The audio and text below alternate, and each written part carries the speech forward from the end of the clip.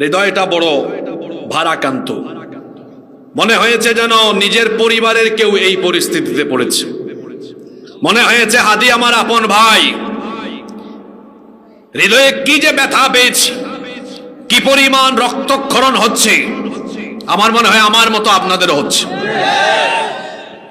কারণ এই ছেলেটা দেশকে ভালোবাসে, দেশের পক্ষে প্রতিটি কথা বলেছে। আপনারা জানেন, কয়েকদিন আগেও এক টেলিভিশনে সাক্ষাৎকার দিয়েছে।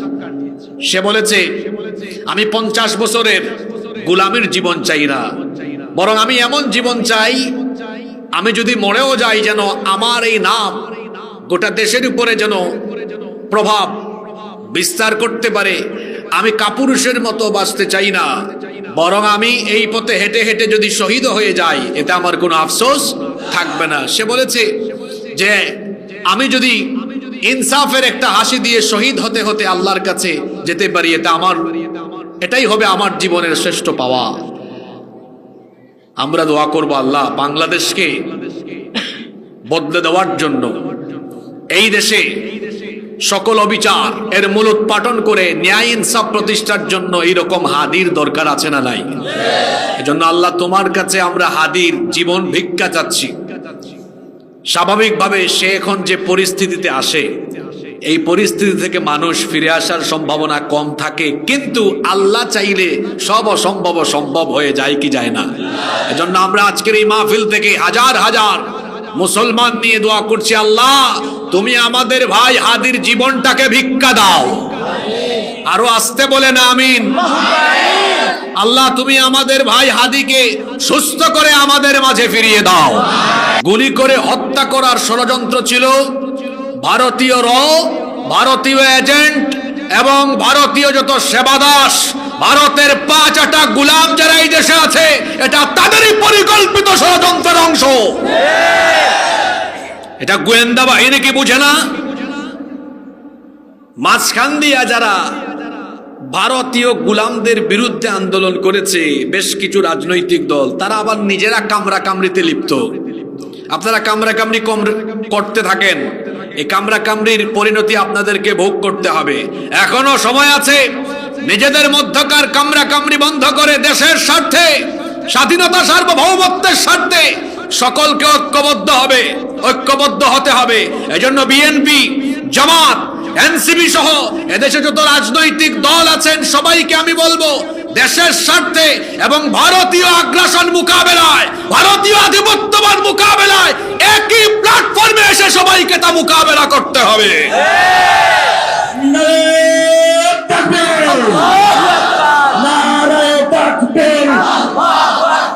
ভারতের দালালেরা রয়ের দালালেরা নারায়ে তাকবীর।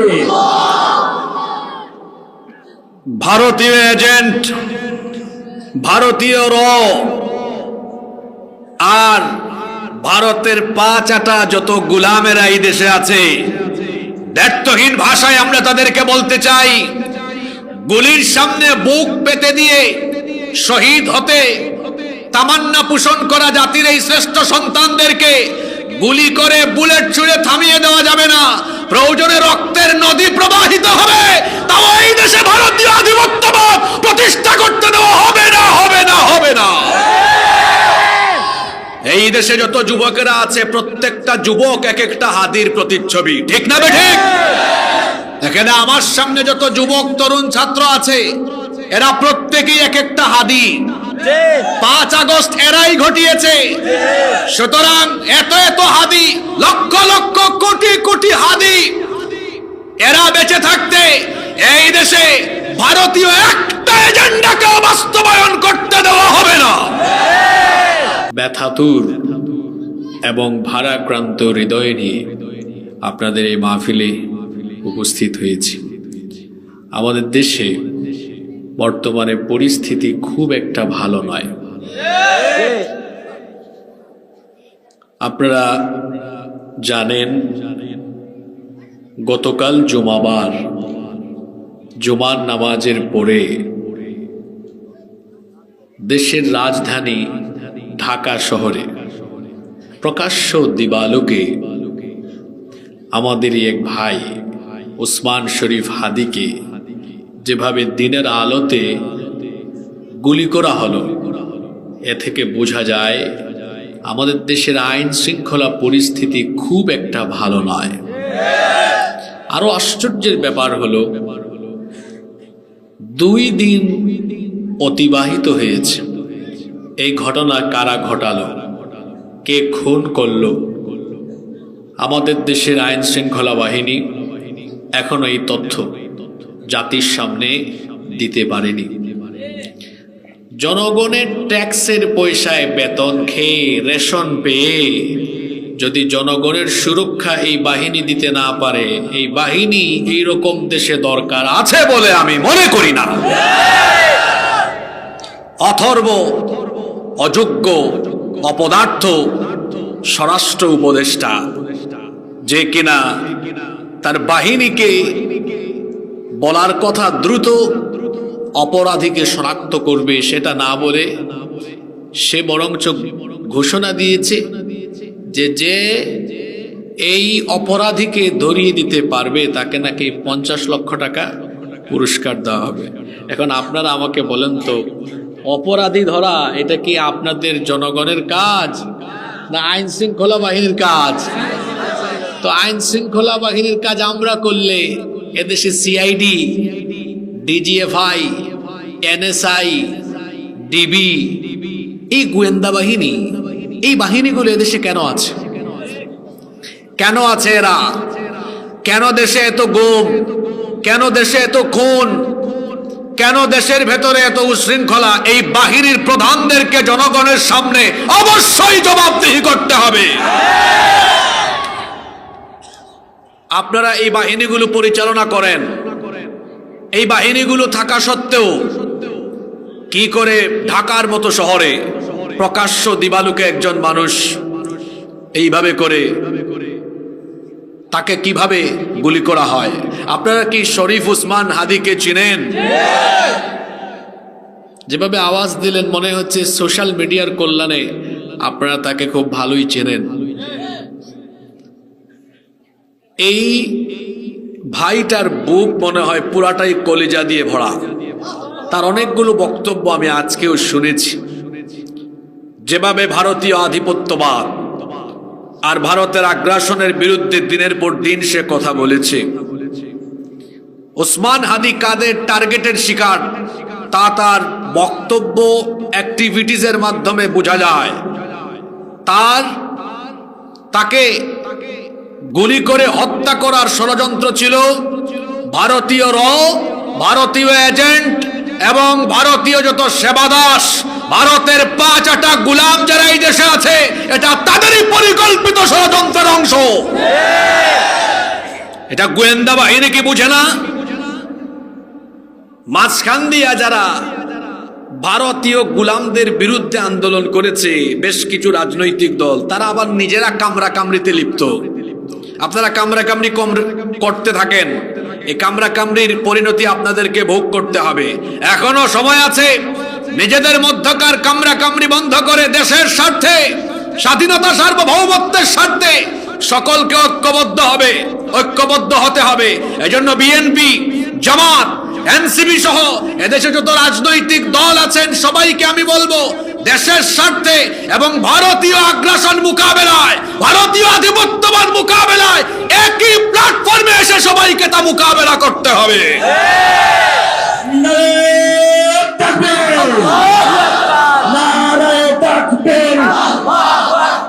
ভারতের দালালেরা, রয়ের দালালেরা, নারায়ে তাকবীর। ভারতীয় এজেন্ট, ভারতীয় আর ভারতের 5 যত গুলামেরা এই দেশে আছে, দায়িত্বহীন ভাষায় আমরা তাদেরকে বলতে চাই, গুলির সামনে বুক পেতে দিয়ে শহীদ হতে তামান্না পোষণ করা জাতির এই শ্রেষ্ঠ সন্তানদেরকে গুলি করে বুলেট ছুঁড়ে থামিয়ে দেওয়া যাবে না। প্রয়োজনে রক্তের নদী প্রবাহিত হবে, তাও এই দেশে ভারতীয় আধিপত্যবাদ প্রতিষ্ঠা করতে দেওয়া হবে না, হবে না, হবে না। এই দেশে যত যুবকেরা আছে প্রত্যেকটা যুবক এক একটা হাদির প্রতিচ্ছবি, ঠিক না ঠিক? এখানে আমার সামনে যত যুবক তরুণ ছাত্র আছে এরা প্রত্যেকেই এক একটা হাদি। 5 আগস্ট এরাই ঘটিয়েছে। সুতরাং এত এত হাদি, লক্ষ লক্ষ কোটি কোটি হাদি, এরা বেঁচে থাকতে এই দেশে ভারতীয় একটা এজেন্ডাকে বাস্তবায়ন করতে দেওয়া হবে না। গুলি, বুলেট, রকেট দিয়ে আমাদেরকে থামিয়ে দেওয়া যায়? এটা ভুল ভেবেছেন আপনি। আপনি কারে মৃত্যুর ভয় দেখান? আমাদের পূর্বপুরুষদের ইতিহাস হলো রক্তের নদী আর সাগর। রক্তের নদী আর সাগরে সাঁতার কেটে কেটে আমরা ন্যায় ইনসাফের পতাকা নিয়ে সামনে এগিয়েছি। আমাদের পূর্বপুরুষদের ইতিহাস হলো এমন, আমাদের চতুর্দিকে আমাদের ভাইয়েরা শহীদ হয়ে পড়ে গিয়েছে। আমরা থেমে যাইনি, আমরা থেমে যাইনি। আমাদেরকে কেউ থামাতে পারবে না। আমাদেরকে থামিয়ে দেওয়ার শক্তি একমাত্র আল্লাহ ছাড়া পৃথিবীতে আর কারো নয়। সুতরাং ভারতীয় গোলামদেরকে সাবধান করছি, এই দেশে আর কোনোদিন ভারতীয় আধিপত্যবাদ প্রতিষ্ঠা করতে দেওয়া হবে না। গতকাল থেকে জুমার নামাজের পরে যখন শুনেছি, হৃদয়টা বড় ভারাক্রান্ত। মনে হয়েছে যেন নিজের পরিবারের কেউ এই পরিস্থিতিতে পড়েছে। মনে হয়েছে হাদি আমার আপন ভাই। হৃদয়ে কি যে ব্যথা পেয়েছি, কি পরিমাণ রক্তক্ষরণ হচ্ছে। আমার মনে হয় আমার মতো আপনাদেরও হচ্ছে। কারণ এই ছেলেটা দেশকে ভালোবাসে, দেশের পক্ষে প্রতিটি কথা বলেছে। আপনারা জানেন, কয়েকদিন আগেও এক টেলিভিশনে সাক্ষাৎকার দিয়েছে। সে বলেছে, আমি 50 বছরের গোলামের জীবন চাই না, বরং আমি এমন জীবন চাই, আমি যদি মরেও যাই যেন আমার এই নাম গোটা দেশের উপরে যেন প্রভাব বিস্তার করতে পারে।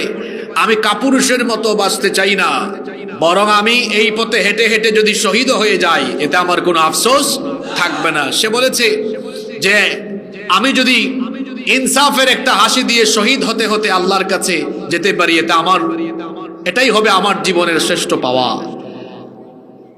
আমরা দোয়া করব আল্লাহ বাংলাদেশকে বদলে দেওয়ার জন্য।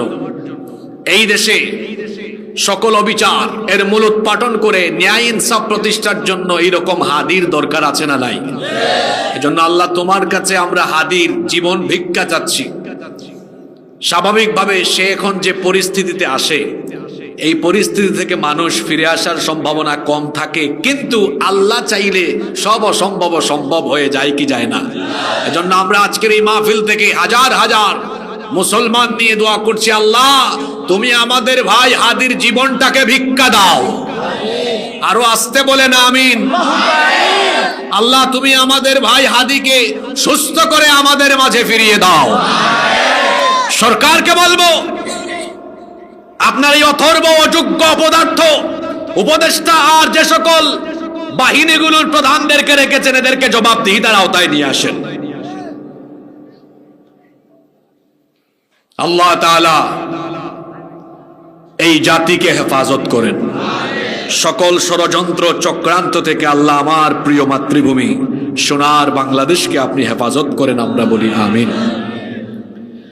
সম্মানিত হাইমচরবাসী, গত বছরও আমি আপনাদের এই মাহফিলে এসেছিলাম, বেশ লম্বা সময় কথা বলেছিলাম। আপনারা বড় ভদ্র মানুষ, নীরবে নীরবে শেষ পর্যন্ত ছিলেন। আমার আশা আজকেও আপনারা থাকবেন ইনশাআল্লাহ। আমার আসতে একটু দেরি হলো, আমি ভুল করে রায়পুরের পথে ঢুকে গিয়েছি। আপনারা যারা নিয়মিত চলাফেরা করেন আপনারা তো জানেন রায়পুর থেকে আলগি বাজারের রাস্তার কি দশা।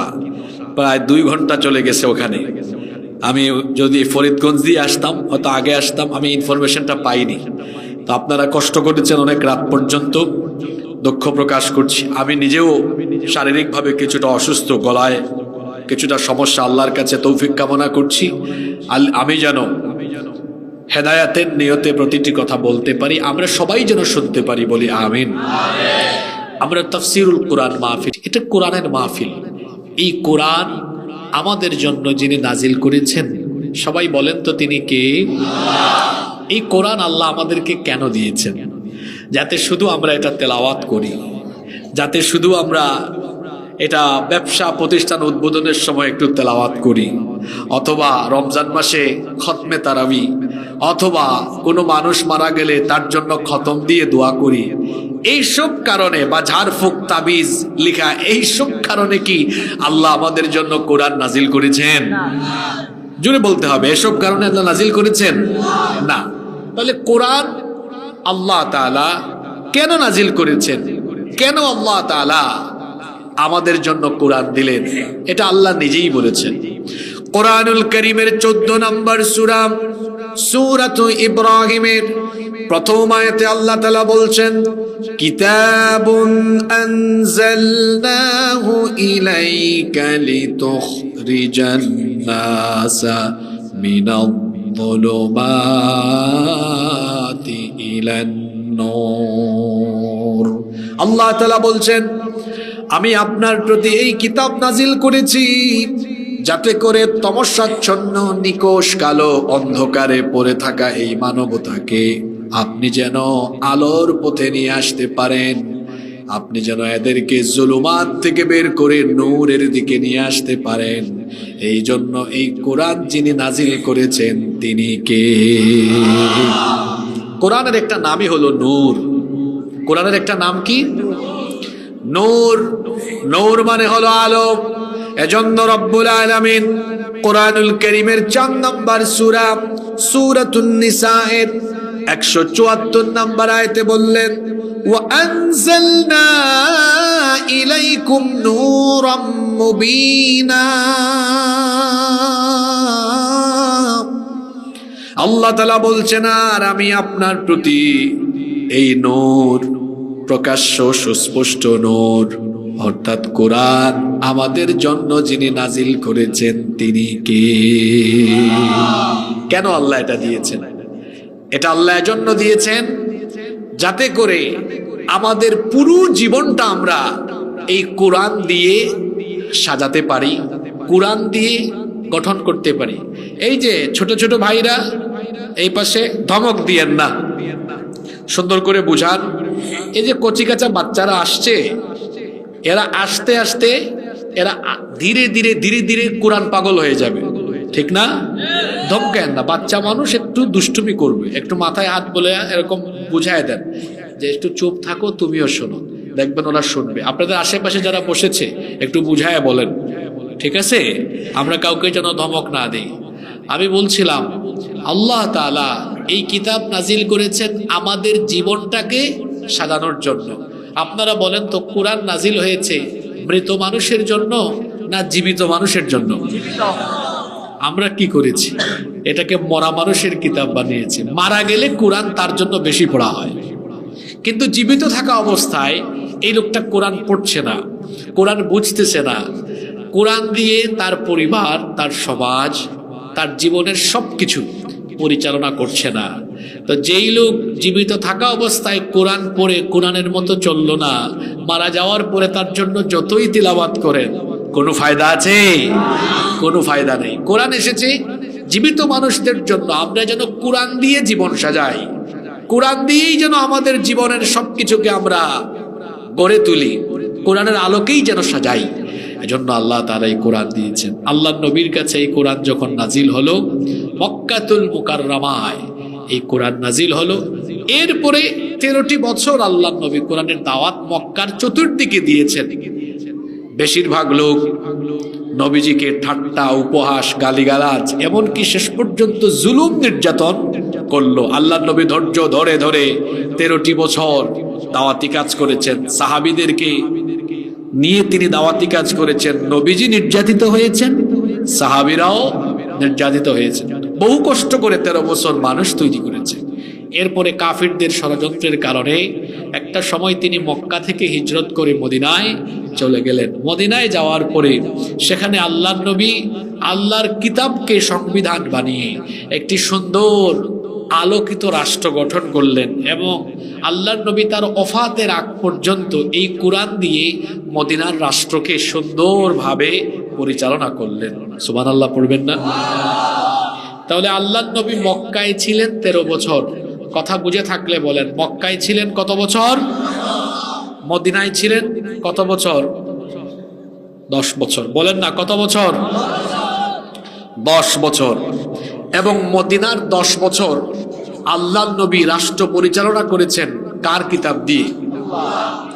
আপনারা কি আছেন না ঘুমাই গেছেন? তোমারও গেছে নাকি? হ্যাঁ? আর যদি বলেন হুজুর চলে যান, তো মুনাজাত দিয়ে চলে যাই, আপনারা তো বড় খায়া ঠান্ডা হয়ে যান। আর যদি বলেন না হুজুর বসছি কিছু শুনবো, তাহলে বসেন, অনেক দামি কথা হবে ইনশাআল্লাহ। কি বলছি বুঝছেন? 13 বছর মানুষ তৈরি করেছেন, 10 বছর মদিনা রাষ্ট্রকে পরিচালনা করেছেন কার আইন দিয়ে? আল্লাহ। সবাই চিৎকার দিয়ে বলেন কার আইন? আল্লাহ। কিতাবের নাম কি?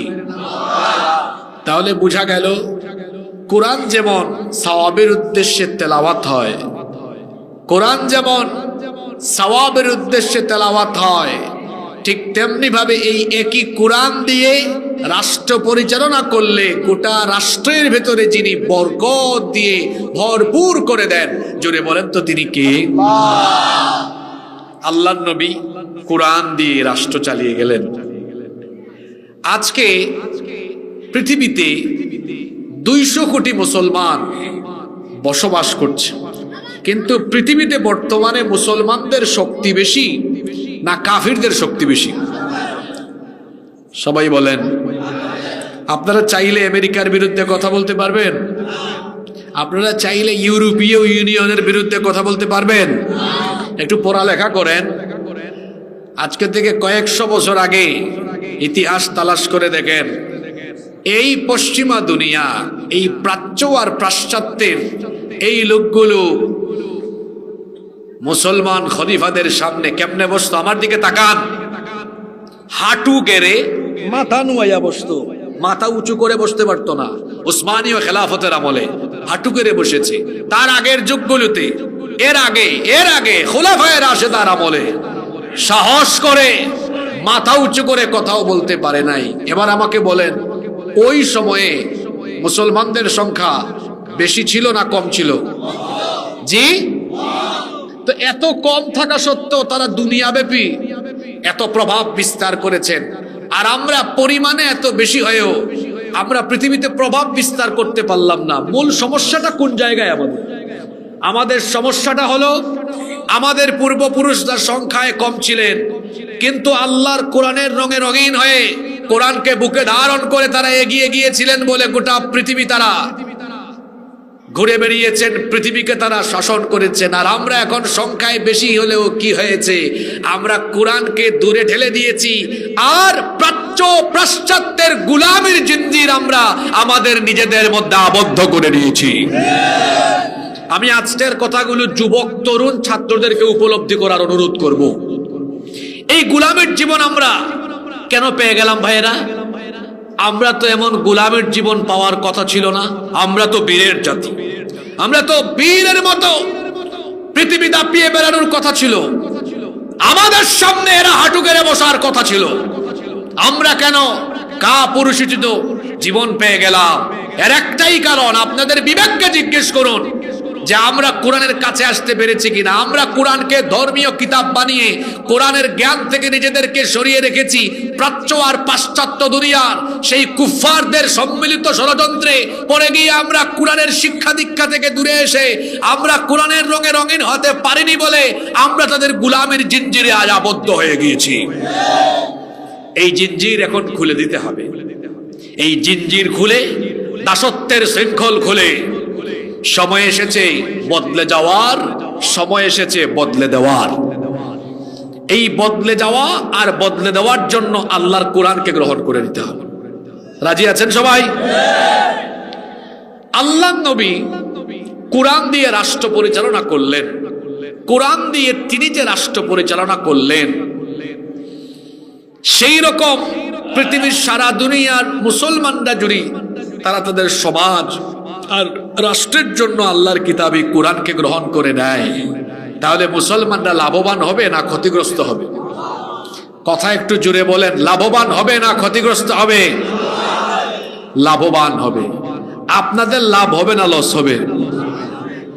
আসেন তাহলে কেমন লাভ হবে 5টা পয়েন্ট বলেই মোনাজাত করে ফেলবো আজকে ইনশাআল্লাহ।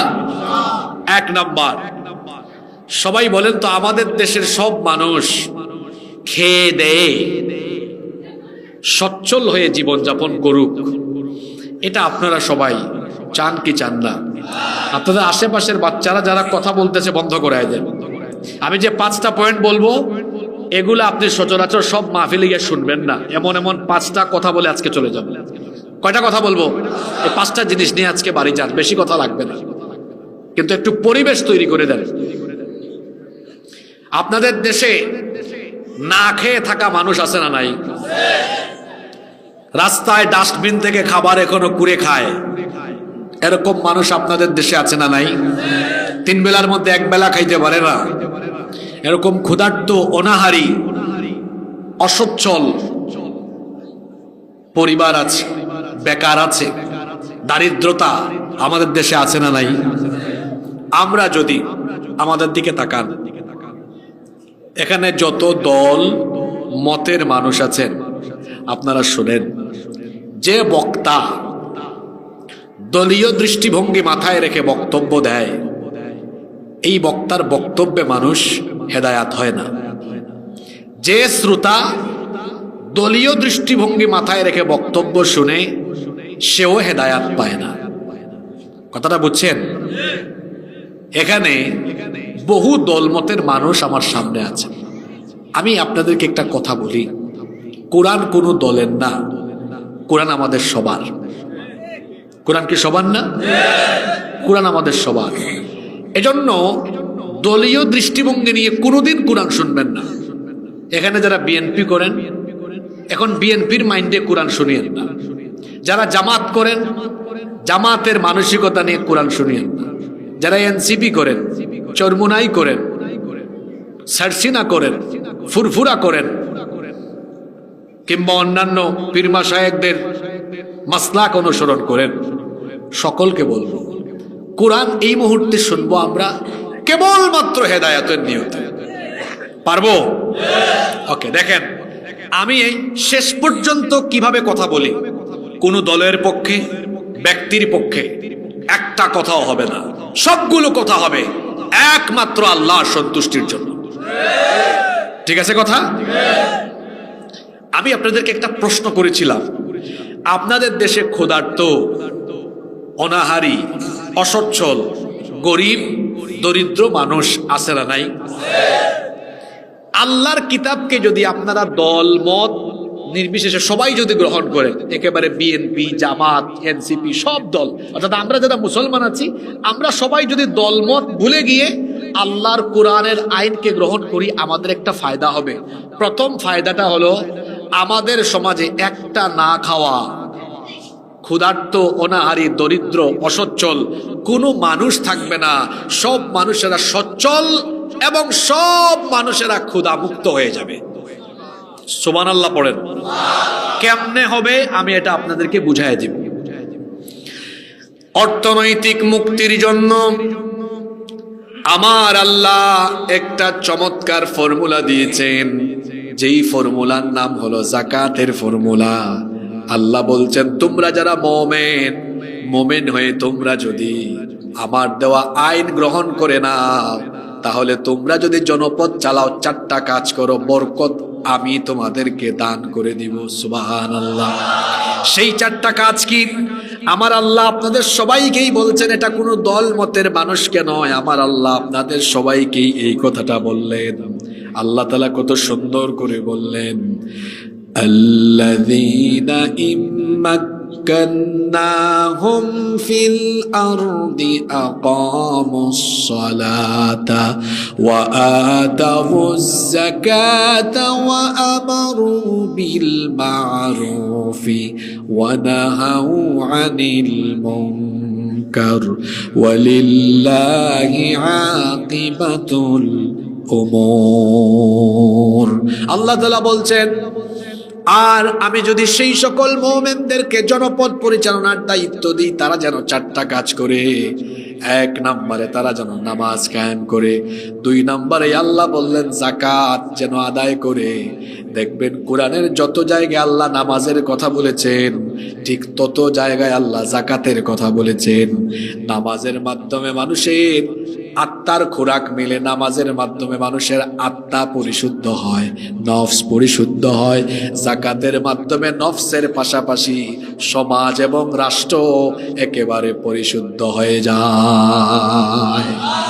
কিন্তু একটা দুঃখের বিষয় কি জানেন, আমাদের দেশের বেশিরভাগ মানুষ যাকাত মানে মনে করে, যাকাতের মানেই মনে করে শাড়ি লুঙ্গি বিতরণ করা, অথবা গরিব মানুষদেরকে ডেকে এনে 200, 400, 500 টাকা দিয়ে গরিবদের সাথে তামাশা করা।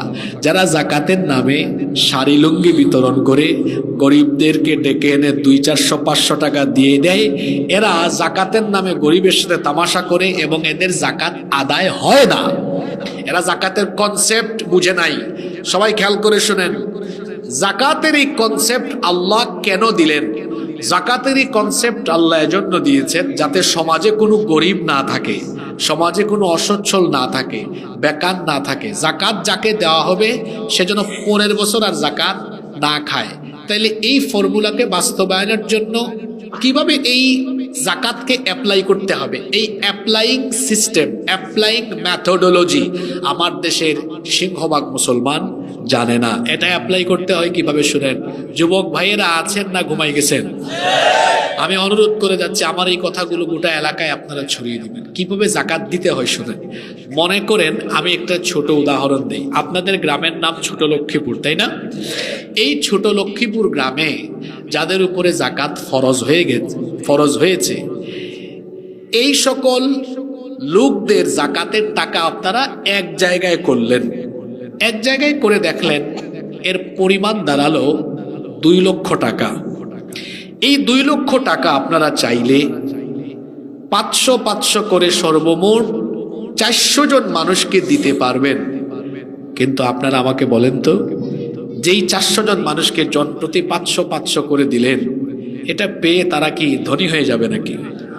এক বেলা খাবে, আরেক বেলা ওই আগের অবস্থায় থাকবে। কিন্তু আপনারা যদি 2 লক্ষ টাকা এইভাবে দেন, এই এলাকায় একজন বিধবা বোন, স্বামী মারা গিয়েছে, তাকে একটা সেলাই মেশিন কিনে দিলেন। বোন, আপনি সেলাই মেশিন চালান, এটা দিয়ে পরিবারটা চালান, তার পরিবার চলার ব্যবস্থা হবে না?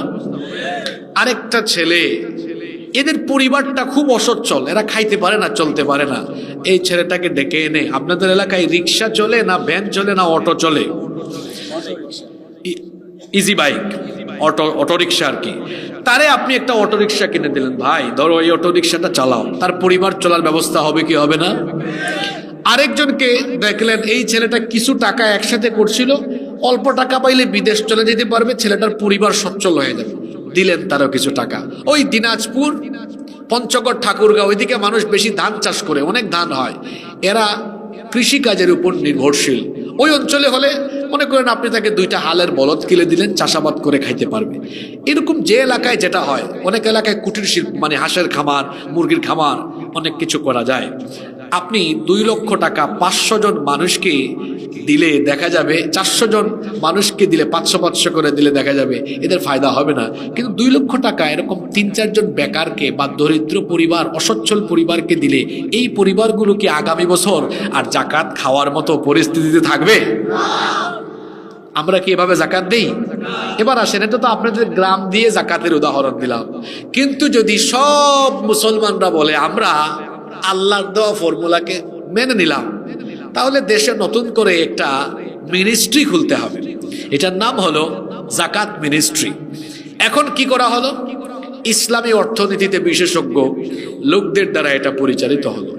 তখন মনে করেন সারা দেশের যত মুসলমান আছে তাদের সবার সম্পদের হিসাব সরকারের কাছে থাকবে। যাদের যাকাত ফরজ হয়েছে যাদের উপরে, বছর শেষে তাদের মোবাইলে একটা মেসেজ আসবে, মিস্টার আব্দুল সালাম সাহেব, এই বছর আপনার 3229 টাকা যাকাতের এসেছে, অথবা 5000 অথবা 10,000 টাকা এসেছে, এটা আমাদের আপনার উপজেলার সংশ্লিষ্ট এই অফিসে বা অমুক জায়গায় জমা দেন। তখন দেখা যাবে সারা দেশে যাদের উপর জাকাত ফরজ সেই সব মুসলমানদের টাকা, জাকাতের টাকা সরকারের কুষাগারের একটা জায়গায় জমা পড়েছে। এর পরিমাণ তখন অনেক হবে। আমি বোঝানোর জন্য একটা সংক্ষিপ্ত ছোট অ্যামাউন্ট ধরি। মনে করেন এর পরিমাণ হলো 140,000 কোটি টাকা। একটা রাষ্ট্রের জন্য এই টাকা খুব বেশি না, কিন্তু এটি চট্টগ্রাম বিভাগ দিয়ে কাভার হয়ে যাবে।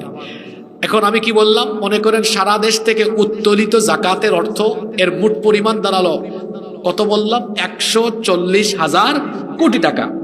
এখন সরকার 64টা ডিস্ট্রিক্ট থেকে একটা তালিকা করলো, হাইমচরেও তালিকাটা হবে। কিভাবে এটা? এই হাইমচরে বেকার ছেলে পেলে আছে না, এটা লিস্ট করলো। লিস্ট করে সারা দেশের 64টা ডিস্ট্রিক্ট, 460টার বেশি উপজেলা আছে, এই উপজেলা থেকে ছেলে পেলেগুলোকে তালিকা করে বেকার বেকার ছেলে যারা চাকরি বাকরি নাই, পরিবার চলে না, গরিব অসহায় অসচ্ছল পরিবার, এই ধরনের পরিবার থেকে মোট 70 লক্ষ যুবকের একটা তালিকা করলো। জোরে বলেন তো কত লক্ষ? 70 লক্ষ। এই 70 লক্ষকে ধাপে ধাপে ধাপে ধাপে ঢাকায় নিয়ে সরকার কি করলো, বলল ধরো 2 লাখ টাকার চেক নাও না। উদাহরণ দিলাম আর কি, তোমাকে যে 2 লাখ টাকা দিলাম, এটা নিয়ে ডিসকভার মোটরসাইকেল কিনে পাঙ্কু পাঙ্কু করো, না এই টাকাটা দিয়ে তোমার এলাকায় গিয়ে কোনো একটা ছোটখাটো কাজ আরম্ভ করো। এটা পর্যবেক্ষণের জন্য কিন্তু তোমার উপজেলায় আমাদের অডিট অফিসার আছে, এটা দেখবে। আবার এটা উদাহরণ দিচ্ছি, এরকম কত লক্ষ ছেলের হাতে 2 লক্ষ টাকার চেক দেওয়া হলো? কথা বলেন না কেন? 70 লক্ষ। আপনাদেরকে তো হাতে কলমে বাস্তবে ওয়াজ শিখাই যাচ্ছি। 70 লক্ষ যুবককে দেওয়া হলো, বলা হলো আবার প্রত্যেকটা এলাকায় আমার অডিট অফিসার আছে, এটা দেখবে কি করো। এই ফর্মুলাটা আমার না, এটা কার? আল্লাহর। এই ফর্মুলায় দেখা গেল 1 বছরে আল্লাহর দেওয়া অর্থনৈতিক এই সিস্টেম, এই পদ্ধতিতে কত লক্ষ বেকার যুবকের কাজের ব্যবস্থা হয়ে গেল? 70 লক্ষ। আরে জুড়ে বলেন না কেন? 70 লক্ষ। এই সিস্টেমটা যদি আপনাদের দেশে চলতেই থাকে, যুবকেরা বীর পুরুষের মতো জবাব দিবেন। 10 বছর পরে আপনাদের দেশে একটা গরিব মানুষ থাকবে নাকি? না। সবাই তো বললেন না। যারা বলে নাই এরা মিস করছে, এরা বুঝে না, এরা ইউটিউব থেকে পড়ে শুনবে, এরা অমনোযোগী শ্রোতা। আর যারা বুঝছে তারা বুঝছে আমি কি বলছি। আমার এক ভাই বলেছেন 10 বছরও লাগবে না, ঠিকই, আমি এটা কথার কথা বলছি। আমি ধরে নিলাম 10 বছরে, 10 বছর, 10 বছর। আপনাদের দেশ স্বাধীন হয়েছে কত বছর গো? 54 বছর। তো 54 বছরে আপনাদের দেশে গরিব কমে না কেন? ডাস্টবিন থেকে এখনো তুলে খাবার খায়। আমি বলার আগে তারাই বলে দিছে উত্তর। বক্তব্য দিয়েছে, আমারে একটাবার সুযোগ দেন না, একদম ক্ষুধামুক্ত সমাজ বানায় দিব। হ্যাঁ, সুযোগ পাইলে তার নিজের ক্ষুধাই মিটাইতে পারে না। বলেন যুবকেরা, ছাত্র ভাইয়েরা বলেন, 54 বছরে আপনার দেশে দারিদ্রতা কমলো না কেন? কেন এখনো রাস্তাঘাটে না খায়া মানুষ থাকে? কেন এখনো ডাস্টবিন থেকে মানুষ খাবার খুঁড়ে খায়? কেন প্রতিটা এলাকায় দারিদ্রতার অভিশাপ এখনো আছে? কেন অনাহারী ক্ষুধার্ত মানুষ আছে? তার কারণ হলো আমরা আল্লাহর দেওয়া বিধানকে গ্রহণ করে আল্লাহর এই ফর্মুলা বাস্তবায়ন করতে পারিনি। আমরা বরঞ্চ তাকিয়ে আছি সেই ইতিম মিসকিনদের দিকে, যে ইতিম মিসকিনরা আমাদেরকে খাওয়াবে বলে সুযোগ পাইলে তারাই খাইয়া সাদের লাউ হয়ে যায়। সময় এসেছে বদলে যাওয়ার, বদলে দেওয়ার। 54 বছরে তো আপনারা দেশ থেকে ক্ষুধা দারিদ্রতা নিবারণ করতে পারেন নাই। আমরা বলছি, দায়িত্ব নিয়ে বলছি, চ্যালেঞ্জ করে বলছি, আলেমদেরকে দায়িত্ব দিয়ে দেখেন, 10 বছরে বাংলাদেশে দারিদ্রতার কবর দিয়ে দিব। কথাটা আবার বলছি, আমাদেরকে দায়িত্ব দিয়ে দেখেন, 10 বছরে বাংলাদেশে দারিদ্রতার কবরস্থান বানায় দিব। 10 বছরে দারিদ্রতার কবর দিয়ে দিব।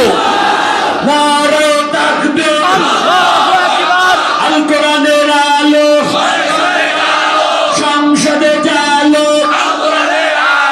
নারে তাকবীর, আল্লাহু আকবার। বলছি না আজকে 5 পয়েন্টে ওয়াজ শেষ হয়ে যাবে। আমি এখানে সারা রাত ওয়াজ করে এই হাইমচরের গরিব মানুষের গরিবী হালত দূর করতে পারবো না, সম্ভব না। হৃদয়ের খোরাক মেটাতে পারবো, কিন্তু আপনি যদি আমাকে বলেন আপনি আল্লাহর দোয়া ফর্মুলায়, আপনার না আল্লাহর দোয়া ফর্মুলায় হাইমচর থেকে কিভাবে দারিদ্রতা দূর করা যায় এটার ফর্মুলা দেন, কাজে মানুষ লাগায় দেন, এটাতে কাজ বেশি হবে। কেন তো কবি বলেছেন আমাদের দেশে হবে সেই ছেলে কবে, কথায় না বড় হয়ে কাজে বড় হবে।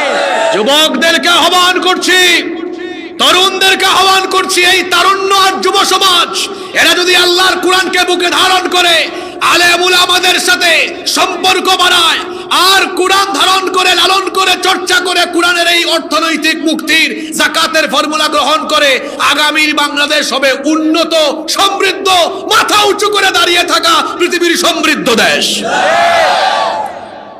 আপনাদের বিশ্বাস হয় না? এখনো বিশ্বাস হয় না? পৃথিবীতে এরকম সময় ছিল যাকাতের টাকা নিয়ে ঘুরছে, সব ধনী হয়ে গেছে, যাকাত দিতে পারে নাই, হুজুররা সহযোগিতা করেন। কোন খলিফার জামানায়? ওমর ইবনে আব্দুল আজিজ রহমতুল্লাহি আলাইহির জামানায় টাকা নিয়ে ঘুরেছে, যাকাত খাওয়া মানুষই নাই, সব সচ্ছল হয়ে গিয়েছে। সুবহানাল্লাহ পড়বেন না? এজন্য আমি বলেছি দলমত ভুলে গিয়ে হেদায়েতের নিয়তে শুনেন।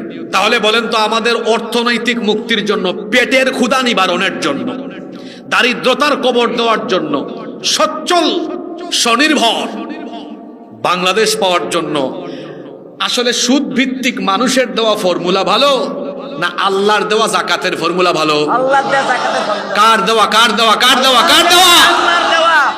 একটা পয়েন্ট চলে গেছে, যারা অমনোযোগী হইয়া বাদাম খাইয়া মিস করছেন তারা বাকি 4টাতে মনোযোগী থাকিয়েন।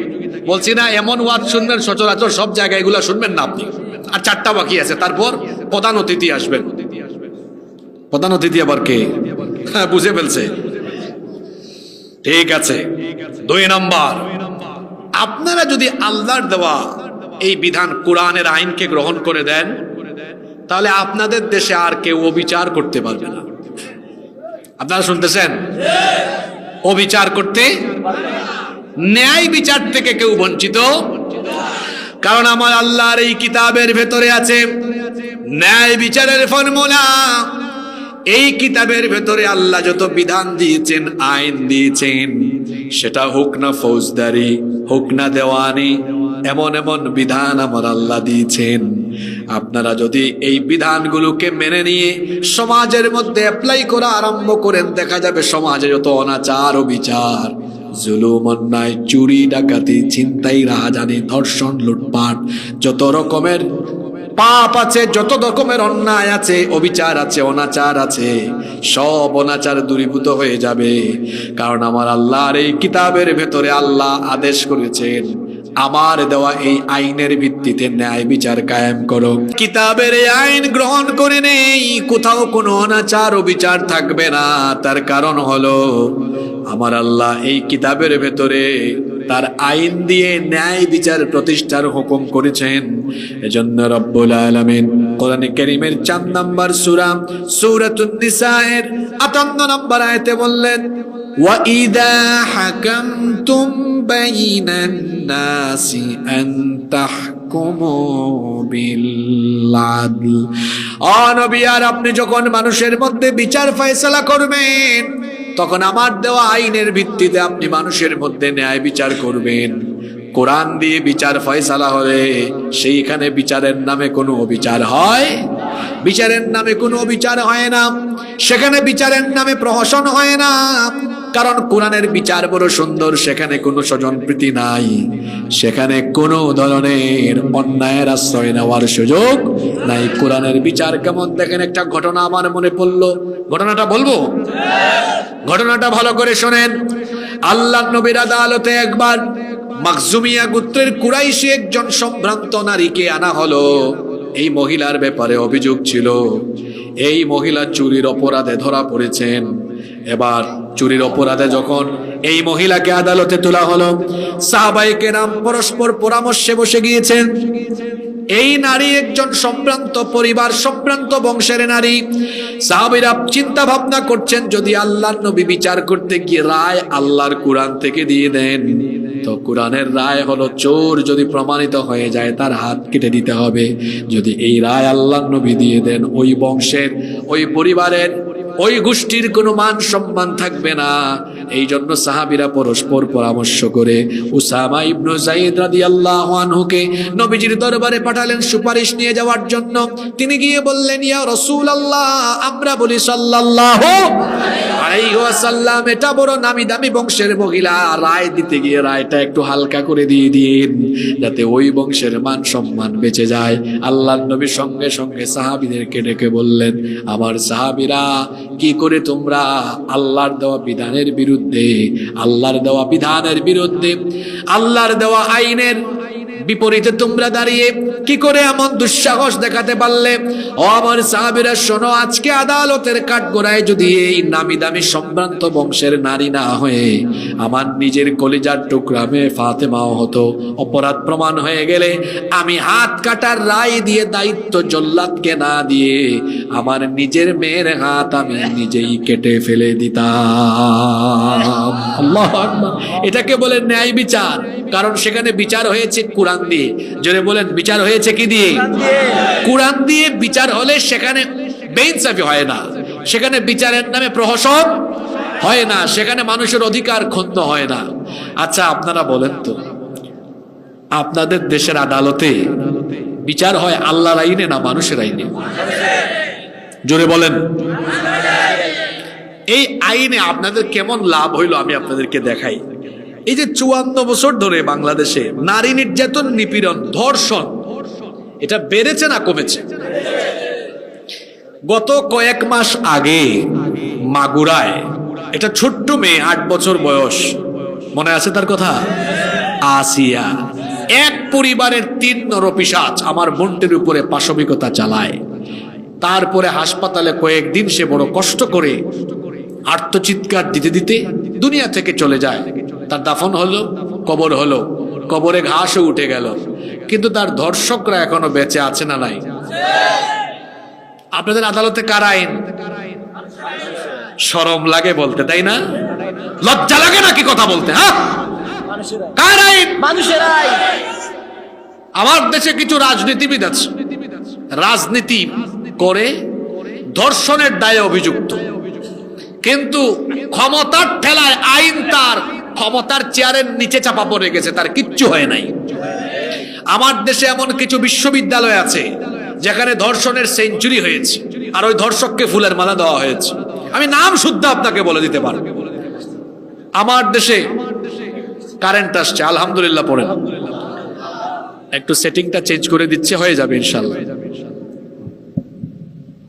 ঠিক আছে, চলে আসছে, আলহামদুলিল্লাহ পড়েন। আমার দেশে এমন কিছু ব্যবসায়ী আছে ধর্ষণের দায়ে অভিযুক্ত, কিন্তু টাকার গরমে আইন তার পায়ের তলায় ফেলে দিয়েছে।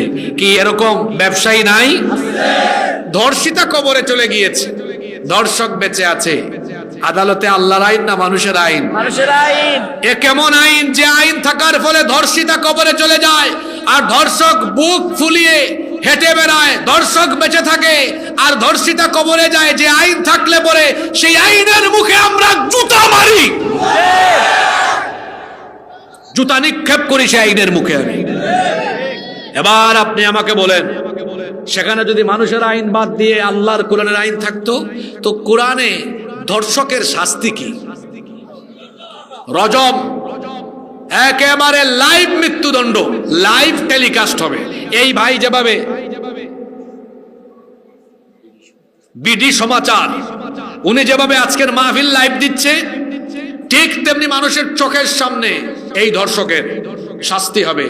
আপনারা বলেন তো, আল্লাহর দেওয়া কোরআনের এই ফর্মুলা অনুযায়ী বাংলাদেশে যদি এক ধর্ষকের বিচার, একটা ধর্ষকের বিচার জনসম্মুখে করা হতো, যতগুলো চরিত্রহীন আর লম্পট আছে, একটা বিচার দেখে দেখতেন সব চরিত্রহীন লম্পটরা তারের মতো সুদা হয়ে যেত।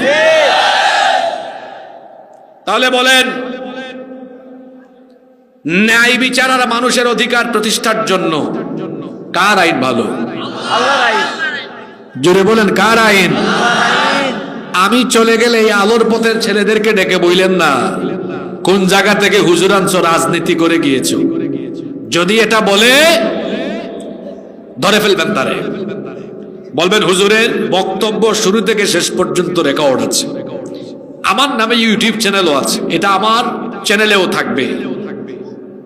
আমার বক্তৃতায় শুরু থেকে শেষ পর্যন্ত বাংলাদেশের কোন রাজনৈতিক দলের পক্ষে, কোন নেতার পক্ষে কোনো বক্তৃতা নাই, আছে? কিন্তু আমি যদি চোর ডাকাত দুর্নীতিবাজদের নিয়ে কথা বলায় আপনার গায়ে লাগে, মানুষ বুঝবে আপনার গায়ে হয়তো চুরি ডাকাতি দুর্নীতির কিছু গন্ধ আছে। না আপনার তো গায়ে লাগে কেন? আমি কি চুরের বিরুদ্ধে বলবো না? আল্লাহর কিতাব চুরের পক্ষে না বিপক্ষে? লম্পট বদমাইশদের পক্ষে না বিপক্ষে? এটা তোমাকে বলতে হবে। দেখেন না আমাদের কি শিখায় দেয়, হুজুর রাজনীতির কথা বলবেন না, কোরআন থেকে কথা বলবেন। এই জন্য আমি কোরআন থেকে কথা বলতেছি। তাহলে 2 নাম্বার পয়েন্ট গেল, আল্লাহর দেওয়া কোরআনের আইন থাকলে সমাজে কোনো বেইনসাফি থাকবে না। আমাদের দেশে চুরি আছে না নাই? এতগুলা খুন হয়, একটা খুনিরে দইরা কেসাসের বিধান কায়েম করে দেখেন, যত খুনি আছে সব তারের মতো সোজা হয়ে যাবে। আইন শৃঙ্খলা ঠিক করতে পারেন না, একটু আল্লাহর বিধান চালু করে দেখেন না, সব কেমনে লাইনে আসে। মিজান ভাই কোথায়? মিজান ভাইয়ের ভাইরা কোথায়? আমি প্রতি বছর সৌদি আরবে যাই, এই ছেলেগুলো আমাকে সময় দেয়, প্রতি বছরই যাই আমি। সৌদি আরবে কোরআনের 100 ভাগ আইন নাই, অল্প কিছু আছে, সামান্য আছে। এত আপনাদের এলাকার ছেলে, সেখানে আমরা দেখেছি কি নামাজের টাইমে মসজিদ খোলা রেখে, স্বর্ণের দোকান খোলা রেখে মসজিদে গিয়েছে, চুরি হয়? বলে চুরি হয়? সবকিছু ওপেন রেখে চলে গিয়েছে। আশ্চর্য কথা, চুরি হচ্ছে না, কারণ ওখানে চুরি করলে খবর আছে, এই শাস্তিটা আবার কোরআন দিয়ে দেয়। এই জন্য চুরি। আমাদের দেশে সারা বছরে যত খুন হয় না, সরি, আমাদের দেশে একদিনে যত খুন হয়, একদিনে যত খুন হয়, সৌদি আরবে মনে হয় 5 বছরে অত খুন হয় না। হয় ওখানে, কিন্তু খুনের বিচারটা কোরআন দিয়ে করে। আমি আগেই বলেছি সৌদি আরবে কোরআনের 100 ভাগ আইন নাই, 100 ভাগ আইন নাই, অল্প কিছু আছে, কিন্তু যেগুলো আছে এতেই বরকত আছে। আপনি খুনের বিচার করেন, হত্যার বিচার করেন, ধর্ষণের বিচার করেন, আপনি আল্লাহর দেওয়া বিধান দিয়ে বিচার করে দেখেন, কোন ধরনের জুলুম থাকবে না। তাহলে বোঝা যাচ্ছে আল্লাহর আইন ভালো। এরপরেও কিছু মানুষ আল্লাহর আইন চায় না কেন? সত্য কথা শুনতে তিতা লাগে, এটা বলতে হবে। আল্লাহর আইন কেবল তারাই চায় না, তলে তলে যারা চুরি করতে চায়, তলে তলে যারা দুর্নীতি করতে চায়, লুটপাট করতে চায়, রাহাজানি করতে চায়, খুন গুমের কাজ করতে চায়, অন্যায় আর অপরাধ জগৎকে নেতৃত্ব দেয় যারা, আল্লাহর আইন চায় না তারা। 3, সময় শেষ হয়ে যাচ্ছে, খেয়াল করেন। নাম্বার 3, আল্লাহর আইন থাকলে সব ধর্মের মানুষ আরামে থাকবে। কথাটা কি বললাম? সব ধর্মের মানুষ। কোরআন কি কোন ধর্মের জন্য নাজিল হয়েছে নাকি সব মানুষের জন্য? এটা তো হুদাল লিন্নাস, সব মানুষের জন্য হেদায়াত। এজন্য আল্লাহ তাআলা বলেছেন, হাদা বায়ানুল লিন্নাসি ওয়া হুদান ওয়া মাউইযাতান ওয়া বুশরা লিল মুসলিমিন। হাদা বায়ানুল লিন্নাস, এটা হলো সকল মানুষের জন্য সুস্পষ্ট বর্ণনা। এই কোরআন আল্লাহ সকল মানুষের জন্য নাজিল করেছেন। কোরআন দিয়ে যদি সমাজ চলে, সেই সমাজের প্রতিটি মানুষ নিরাপদে থাকবে, সুরক্ষিত থাকবে, তাদের নিরাপত্তার ব্যত্যয় ঘটবে না। হোক না সে হিন্দু, হোক না সে বৌদ্ধ, হোক না সে খ্রিস্টান, হোক না সে যে ধর্মেরই মানুষ, সে সেখানে নিরাপদে থাকবে, নিরাপত্তার সাথে থাকবে। কারণ আমার আল্লাহর কিতাব এমন, আমার ইসলাম এমন। আমার আল্লাহ বলেছেন, খবরদার, তোমাদের সাথে বসবাস করা কোনো অমুসলিমদের উপরে হামলা চালায়ও না, তাদের উপর জুলুম করো না, বাড়িঘর লুটপাট করো না। এমনকি তারা যে পূজা অর্চনা উপাসনা করে তাদের দেবতাদেরকে পর্যন্ত গালি দিও না। আমার আল্লাহ নিষেধ করে দিয়েছেন। কোরআনে কারীমের 6 নম্বর সূরা, সূরাতুল আনআমের 108 নম্বর আয়াতে আল্লাহ বলছেন, ওয়ালা তাসুব্বুল্লাযীনা ইয়াদউনা মিন দুনিল্লাহি ফায়াসুবুল্লাহা আদুওয়াম বিগাইরি ইলম কাযালিকা যায়্যান্না লিকুল্লি উম্মাতিন আমালাহুম সুম্মা ইলা রাব্বিহিম মারজিউহুম ফায়ুনাব্বিউহুম বিমা কানু ইয়ামালুন। আল্লাহ তাআলা বলছেন, যারা আল্লাহকে বাদ দিয়ে অন্যদেরকে উপাস্য বানিয়ে ডাকে, তাদের দেবতাদেরকে তোমরা গালি দিও না। কারণ তুমি যদি তাদের উপাস্যকে, তাদের দেবতাকে গালি দাও, অজ্ঞতাবশত এরাও তোমার আল্লাহকে গালি দিয়ে দিবে। তাহলে অন্য ধর্মের উপাস্যকে পর্যন্ত গালি দিতে নিষেধ করেছেন কে? দেখছেন ইসলাম কত সুন্দর। আবার নবীজি বলেছেন, কারো উপাসনালয়ে হামলা চালাইও না, কারো উপাসনালয়ে হামলা চালায় না। নবীজি যখন কোথাও কোনো সেনাবাহিনী পাঠাতেন, তাদেরকে বলে দিতেন, কোনো ধর্মীয় উপাসনালয়ে সেই ধর্মের পণ্ডিতদেরকে এবং তাদের নারী, বৃদ্ধ, শিশুদের উপরে হামলা চালায় না, বাড়িঘর লুটপাট করো না। আল্লাহ কোরআনের অন্য আয়াতে নিষেধ করেছেন যে কোনো অমুসলিমের উপরে জুলুম করো না, কারণ সে অমুসলিম হলেও তার প্রথম পরিচয় সে মানুষ, তার প্রথম পরিচয় সে কি? তাহলে দেখেন তো, ইসলাম কি সাম্প্রদায়িক দাঙ্গা লাগায় না সম্প্রীতির শিক্ষা দেয়? আপনারা শুনতেছেন আমার কথা? সম্প্রীতির শিক্ষা দেয়। আমাদের পাশের দেশ থেকে মাঝে মাঝে আমাদের দেশে উস্কানির আগুন লাগানোর তারা চেষ্টা করে। কয়, বাংলাদেশে যদি কোনোদিন ইসলামী হুকুমত এখানে কায়েম হয়, তো হিন্দুর কি হবে, বৌদ্ধের কি হবে, খ্রিস্টানের কি হবে? আরে বাপরে বাপ, মায়ের চাইতে মাসির দরদ বেশি। তা আমরা বলি, হিন্দু, বৌদ্ধ, খ্রিস্টানদের কি হবে? যদি তাদের কথা অনুযায়ী সত্যি সত্যি এ ধরনের পরিস্থিতি হয়ে যায়, তাহলে হিন্দু, বৌদ্ধ, খ্রিস্টানরা অতীতে এত আরাম সুখ তারা হয়তো পায় নাই, যতটা আরাম তারা এই হুকুমাতের ভেতরে পাবে। কেন? কারণ মায়ের কোলে শিশু যেমন নিরাপদ, ঠিক তেমনি ইসলামী হুকুমতের অধীনে থাকা মুসলমানদের কাছে অমুসলিমরাও নিরাপদ। তাদের বাড়িঘর, তাদের জায়গা জমি, তাদের উপাসনালয়, তাদের গির্জা, মন্দির, পেগুডা, তাদের পূজা মণ্ডপ সব নিরাপদ। কারণ কোন মুসলমান তাদের বাড়িঘর, পূজা মণ্ডপ, ধর্মীয় কাজে বাধা দিবে না, বরং তাদের সুরক্ষা, নিরাপত্তার 100% ব্যবস্থা করবে। পাশের দেশের দাদারা যখন এই কথা বলে, আমি বলি, নিজের চরকায় তেল দাও। আমার পূর্বপুরুষরা ভারতকে 800 বছর শাসন করেছে। কত বছর? মুঘল সাম্রাজ্যের ইতিহাস জানেন না আপনারা? 800 বছরে আমার পূর্বপুরুষরা ভারতে কোনোদিন হিন্দুর মন্দির দখল করে মসজিদ বানায় নাই, কোনো ইতিহাস নাই এরকম। 47-এ যখন ব্রিটিশরা ভারত ছেড়ে চলে গেল, 47 থেকে 25 এদের ইতিহাস ভালো না। এরা মসজিদে হামলা চালিয়েছে, কাশ্মীরে হামলা চালিয়েছে, আমাদের ভাই বোনদেরকে মেরেছে, মুস্কান নামক একটা মেয়েকে লাঞ্ছিতা করেছে, তাবরিজকে পিটিয়ে মেরেছে। ভুলে গেছেন নাকি আপনারা? শুধু তাই নয়, এরা এতটাই উগ্র, এতটাই অসভ্য, এতটাই বর্বর, এতটাই সন্ত্রাসী, এরা আমাদের শত শত বছরের ঐতিহ্য বাবরি মসজিদ দখল করে রাম মন্দির বানিয়ে পৃথিবীর 200 কোটি মুসলমানদের কলিজায় আগুন লাগিয়ে দিয়েছে।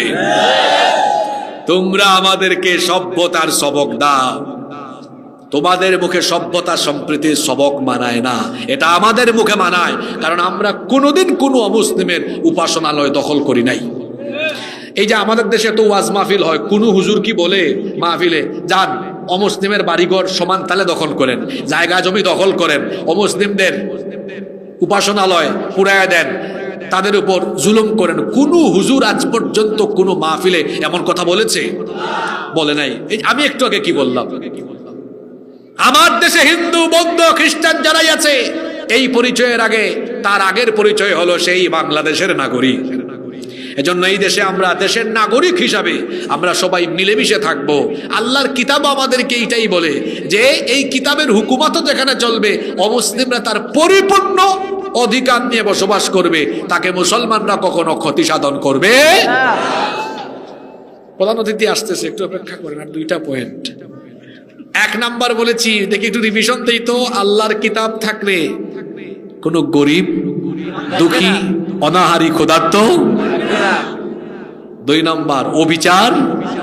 আসলে ন্যায় বিচার দরকার, কত মানুষ ন্যায় বিচার না পাইয়া অবস্থা সিরিয়াস। এই কাজগুলো একটা দেশের মানুষ ভালো থাকার জন্য 1 নম্বরে পেটে খাবার থাকা লাগে। মানুষের মৌলিক চাহিদা আছে না, অন্ন, বস্ত্র, বাসস্থান, শিক্ষা, চিকিৎসা, তবে সবার আগে সচ্ছলতা থাকা লাগে। পকেটে টাকা আর পেটে খাবার না থাকলে ওয়াজও মজা লাগে না। কথা ঠিক আছে? এজন্য সামনে খাবার আর নামাজেরও টাইম। মাসালা কি, আগে নামাজ না আগে খাবার? আগে খাওয়া, আগে খাওয়া, এরপর নামাজ।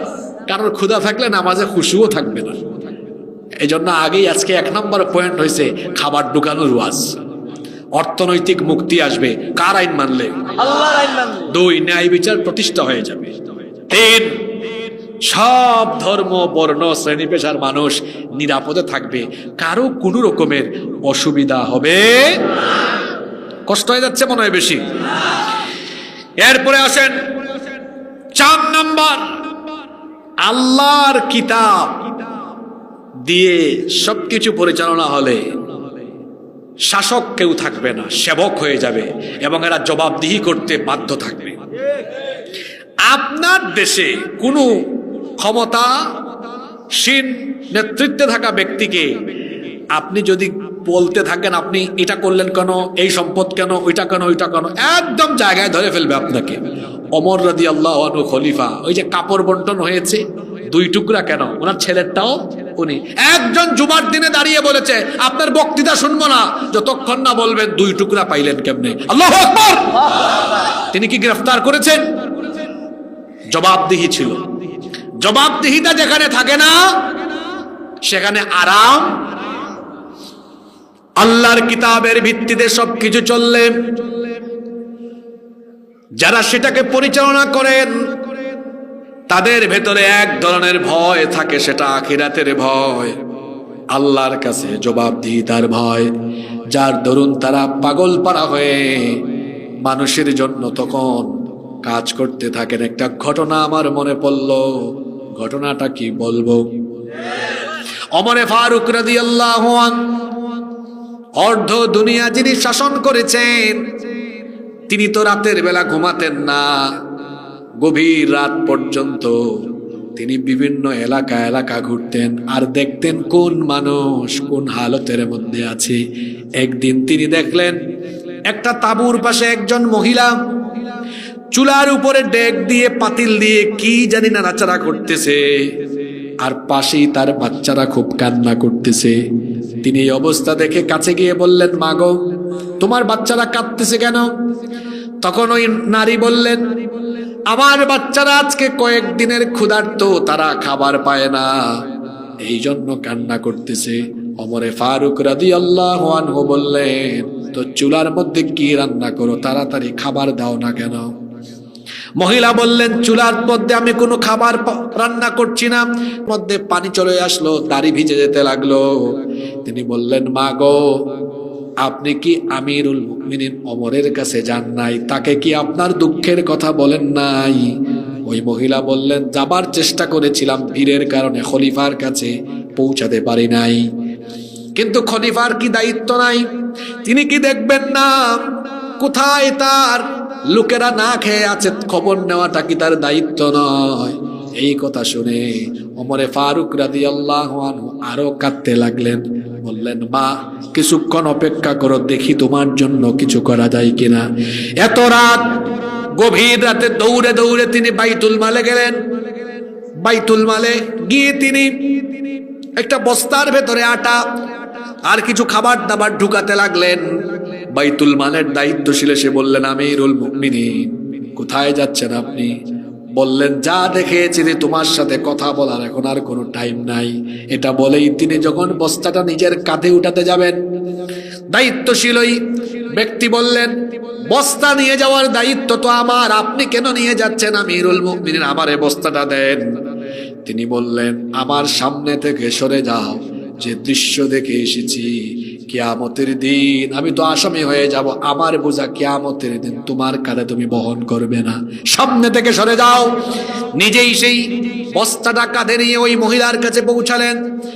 গভীর রাতে পৌঁছে এবার তিনি আটা বের করে দিলেন, অন্যান্য খাবার বের করে দিয়ে নিজেই রুটি বানাতে প্রস্তুতি, তিনি রুটি বানানোর কাজে সাহায্য করলেন, খামির বানায় দিলেন। মহিলাকে বললেন তাড়াতাড়ি রুটি প্রস্তুত করো, খাবার দাবার প্রস্তুত হলো। তিনি এবার পাশে বসে বাচ্চাদেরকে খাওয়ালেন।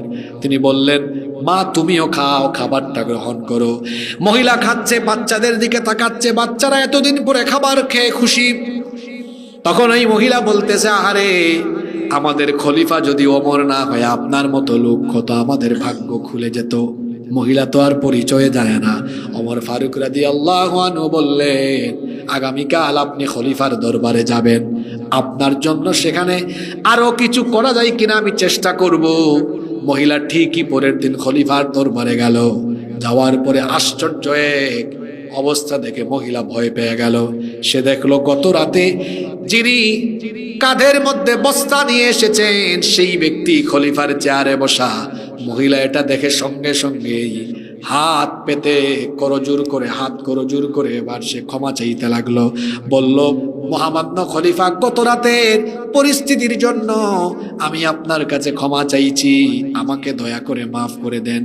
ওমর ফারুক রাদিয়াল্লাহু আনহু বললেন মাগো উল্টা ক্ষমা চাই আমারে লজ্জা দিও না, বরং আজকে আমি আমার সভাসদ ক্যাবিনেটের সামনে আপনার কাছে প্রকাশ্যে ক্ষমা চাইছি। আমি যে সময় মতো আপনার কাছে খাবার পৌঁছাতে পারি নাই, এই জন্য কিয়ামতের দিন ওমরকে আপনি আসামির কাতারে দাঁড় করাইয়া দিয়েন না। এমন যদি হতো আমাদের নেতা হতো ওমরেরই মতো হতো, আবু বকরের মতো। হাইমচরের মানুষ চাই কি চায় না? এরা চায় না, কপাল পুরা, রাস্তাঘাট এরকমই থাকবে।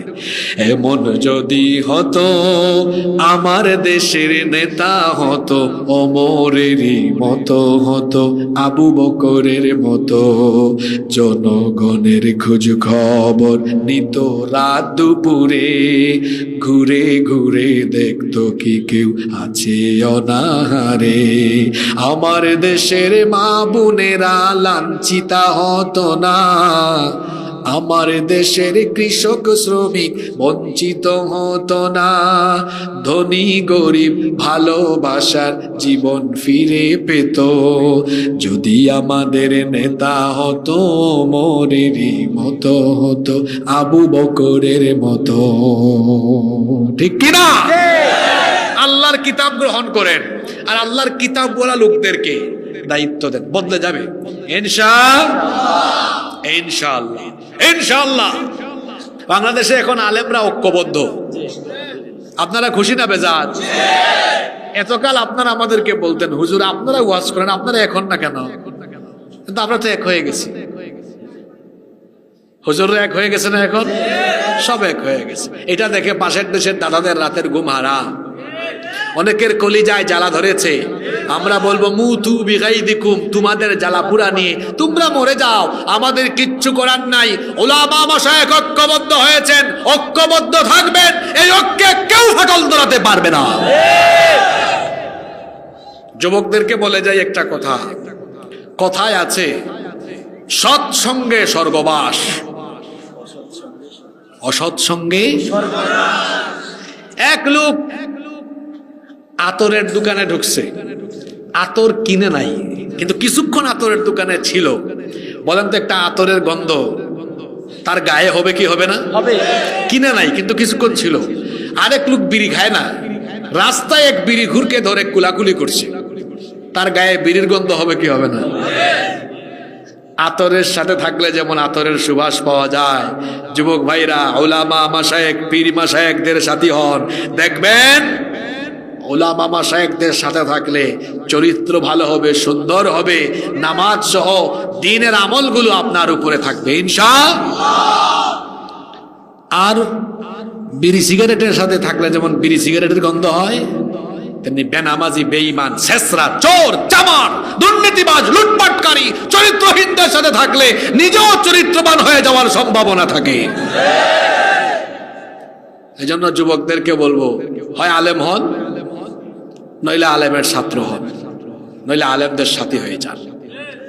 পারবেন পারবেন পারবেন পারবেন? আমরা আলেমদের সাথে কারা কারা আছি হাত তুলেন।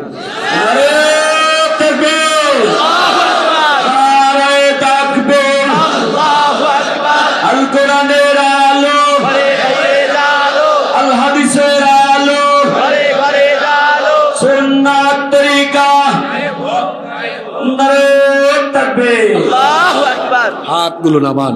আল্লাহ আমাদেরকে এক রাখুন। নিজেদের মধ্যে কিলাকিলি করবেন না।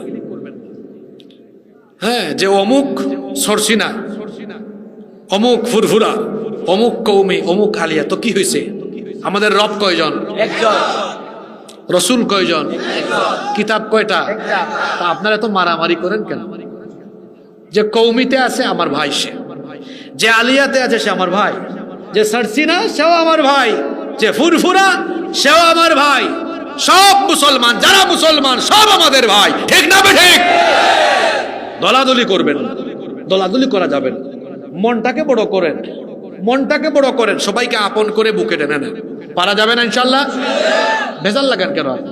উম্মতের ঘরে আগুন লাগছে, পানি ঢালেন, কেরোসিন ঢাইলা আগুন আরো বাড়াইয়া দিয়েন না। আমরা সবাই এক থাকবো ইনশাআল্লাহ। আমাদের মাঝখান দিয়া একটু আমরা দূরে দূরে থাকি বলে দেখেন না ভারতীয় গোলামরা কি সাহস করে। ভারতীয় গোলামদেরকে বলছি, মনে রাখতে হবে ভারতীয় এজেন্ডা বাস্তবায়নের চেষ্টা হলে এই জায়গায় কিন্তু আমরা এক। এটা আগেও বলেছি, এই জায়গায় আমরা এক, এই জায়গায় আমরা এক। ভারতীয় এজেন্ডা অন্তত পক্ষে আপনারা কে কি মনে করেন জানেন না, জানি না। আমরা আলেমরা শপথ করেছি আমরা বেঁচে থাকতে এই দেশে ভারতীয় একটা এজেন্ডাকে আমরা বাস্তবায়ন করতে দিব না।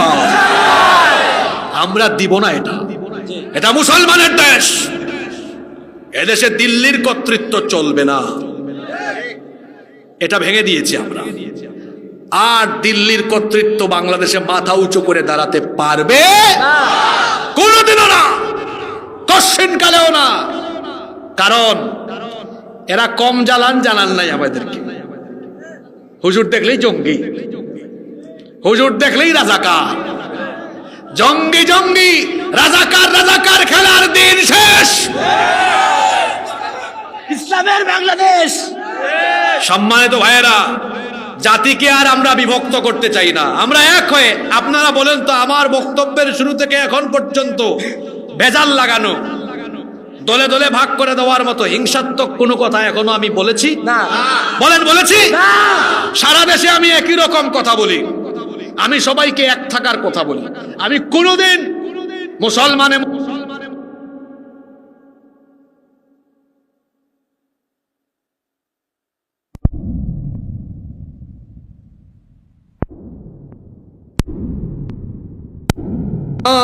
জীবন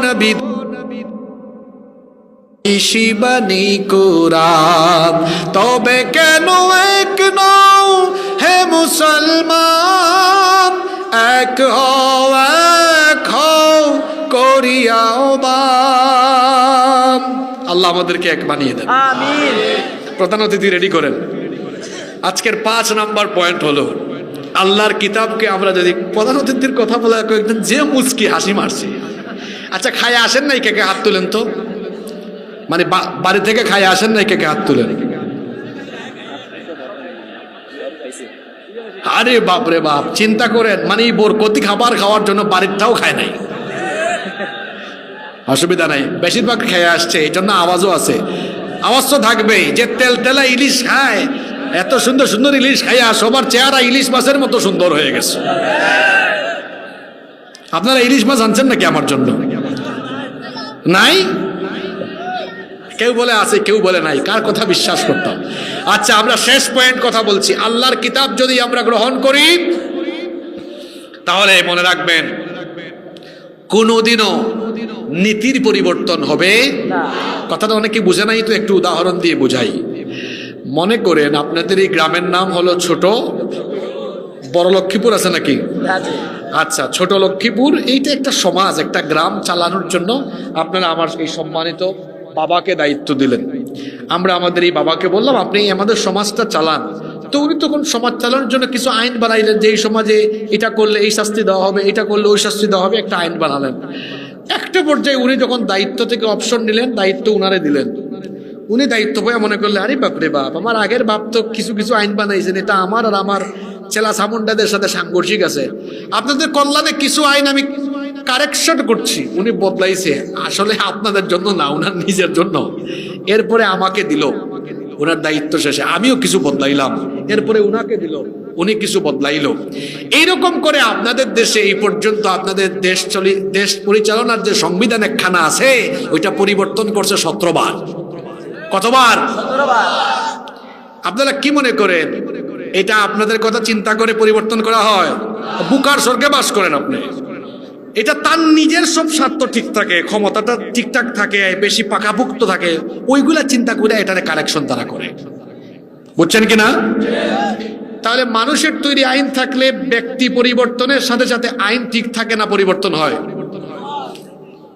যেমন আগে ফেসবুকে কিছু বললেই মামলা হইতো, যে ওটার নাম কি ছিল, ডিজিটাল আইসিটি। এটা এই সরকার এসে বাদ দিল, মানে ব্যক্তি পরিবর্তন হইলে আইন পরিবর্তন হয়।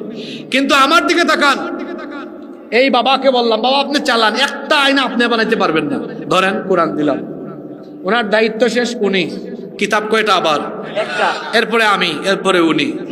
দেখা গেল যে যেখানে মানুষের আইন থাকে ব্যক্তি পরিবর্তনে আইনের পরিবর্তন হয়, আর আল্লাহর আইন থাকলে ব্যক্তির পরিবর্তন হয়, আইন বা নীতির কোনো পরিবর্তন হয় না। আমি কি পয়েন্টটা আপনাদেরকে বুঝাতে পেরেছি? ১৫০০ বছর আগে কোরআনের চোরের বিরুদ্ধে যে আইন, এটা এখনো ওই আইন আছে। ১৫০০ বছর আগে কোরআন যেভাবে নাজিল হয়েছে এটা ওইভাবেই আছে। শোনেন, আপনাদেরকে অনেকে কলা দেখাইয়া মূলা খাওয়ায়, কলা দেখাইয়া মূলা খাওয়ায়, আপনারা বুঝেন না। মনে রাখবেন, যতদিন পর্যন্ত এভাবে মানুষের তৈরি আইন চলবে, ব্যক্তি পরিবর্তন হবে, আইন পরিবর্তন হবে, এটা দিয়ে কোনোদিন আপনাদের ভাগ্যের পরিবর্তন হবে না। একমাত্র অপরিবর্তনীয় কোরআন, যেটাকে পরিবর্তন করার কোনো ক্ষমতা কোনো বাপের বেটার নাই, ওই কোরআন যদি থাকে তাহলে মানুষের ভাগ্যের চাকা ঘুরে মানুষের উন্নতি হবে। এছাড়া আলোকিত দেশ করা সম্ভব নয়। আর কেমনে বুঝাইলে আপনি বুঝবেন জানি না। এরপরেও আমি যাওয়ার পরে যদি ছেলেগুলারে ধরেন যে হুজুর টানছো কি ওয়াজ করে গেছে, তো আমি বলবো শয়তান আপনার মাথায় পেশাব করে দিয়েছে। এত পরিষ্কার কথা আপনার ভালো লাগে না।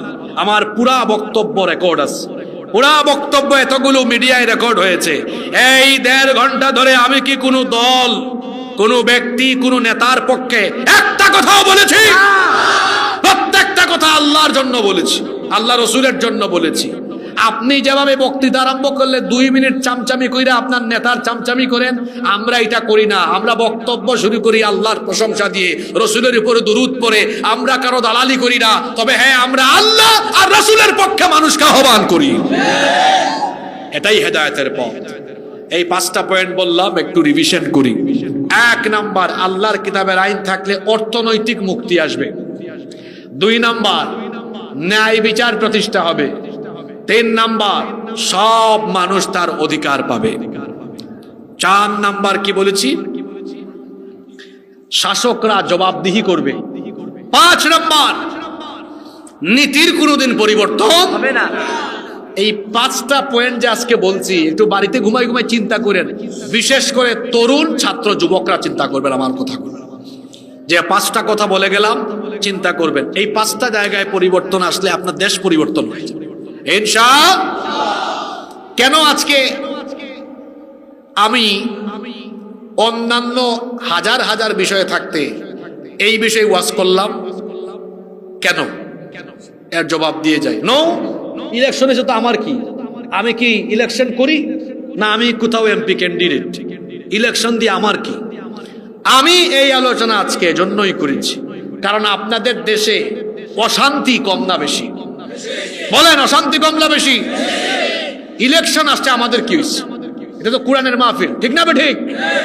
আমরা এই টপিকে কথা বলেছি, আমাদের সমাজে দেশে অশান্তি বেশি। এই অশান্তি দূর করার জন্য মানুষের আইন দিয়ে অশান্তি দূর সম্ভব নয়, একমাত্র আল্লাহর আইন দিয়ে অশান্তি দূর করা সম্ভব। এই জন্য আমি এই বিষয় নিয়ে কথা বলেছি।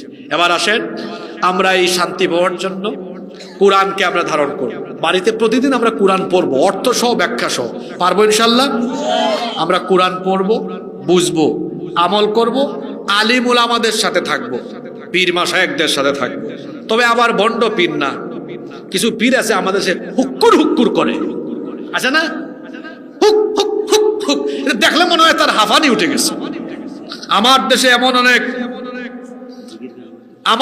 এমন অনেক পীর মাশায়েখ আছে, এরা মাজারকে বাজার বানায়া ব্যবসা করে। জি আবার মনে করেন না যে হাসিবুর রহমান হুজুর কি পীর বিরোধী নাকি?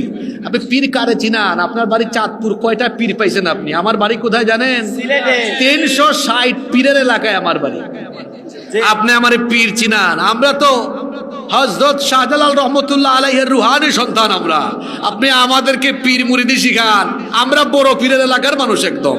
শাহজালাল, শাহপরান রাহিমাহুমুল্লাহ এই সিলেটের মাটিতে ঘুমিয়ে আছেন। 360 জন ওলি সিলেটে ঘুমিয়ে আছেন। আপনি আমারে বলেন পীর বিরোধী? আমাদের চেয়ে পীর প্রেমিক আপনার চাঁদপুরে নাই তো? পীরের এলাকার মানুষ আমরা হক্কানি রব্বানি পীর মাশায়েখদের বিরুদ্ধে কোনোদিন কথা বলি না। আমি নিজে অনেক পীর সাহেবদের দরবারে মাহফিলে যাই, শুধু আড়াইবাড়ি দরবার না, বাংলাদেশে আরো কিছু দরবার আছে যেখানে আমি নিজে মাহফিলে পর্যন্ত যাই। তাদের সাথে আমাদের ভালো সম্পর্ক। কিছুদিন আগে আমি ফুরফুরা দরবারেও ভিজিট করে এসেছি। ফুরফুরার পীর সাহেবের সাথে বিভিন্ন জায়গায় দেখা সাক্ষাৎ হয়। পীর মাশায়েখদের সাথে আমাদের সুসম্পর্ক আছে। পীর মাশায়েখদেরকে আমরা মহব্বত করি, শ্রদ্ধা করি। তবে যারা পিরাকির বেশ ধরে ভণ্ডামি করে, মানুষের ঈমান আকীদাকে ধ্বংস করে, তাদের সাথে কোনো মুসলমানের সম্পর্ক নাই। দেখেন না কি এগুলো কি? বা এটা নাকি জিকির? তো জিকির করলে তুমি স্পষ্ট ভাবে করো, এই হাফানি রুগীর মতো এরকম করো কেন? সুন্দর করে বলো লা ইলাহা ইল্লাল্লাহ সুবহানাল্লাহি ওয়া বিহামদিহি সুবহানাল্লাহিল আযীম। স্পষ্ট করে বলতে সমস্যা কোথায়? ওই দিন আমার একজন দেখাই দিছে, হুজুর দেখেন ফেসবুকে কি করতেছে, আমি বললাম এর কি কুষ্ঠকাঠিন্য হইলো না হাফানি হইলো? এর চিকিৎসা করানো দরকার। অথচ কোনো হক্কানি রব্বানি পীর মাশায়েখগণ তারা কখনো মানুষকে শিরক বেদাতের শিক্ষা দেয় না, তারা দেন না। সুতরাং যে সকল পীর মাশায়েখগণ মানুষদেরকে কোরআন সুন্নাহর দিকে ডাকেন, তাদের সাথে আমাদের সম্পর্ক আছে, সম্পর্ক থাকবে, মহব্বত থাকবে। কেন এখন কি আলেমুল আমাদের সাথে পীর মাশায়েখরাও ঐক্যবদ্ধ হচ্ছেন না? তো কোনো ঝামেলা আছে আমাদের মধ্যে? ঝামেলা শুধু হুক্কুর ওই হুক্কুর যেদিকে আমরা নাই, সেদিকে হক্কানি রব্বানি পীর মাশায়েখ যেই দিকে আমরা আছি। এইদিকে। আশা করি কথাগুলো বুঝতে পেরেছেন।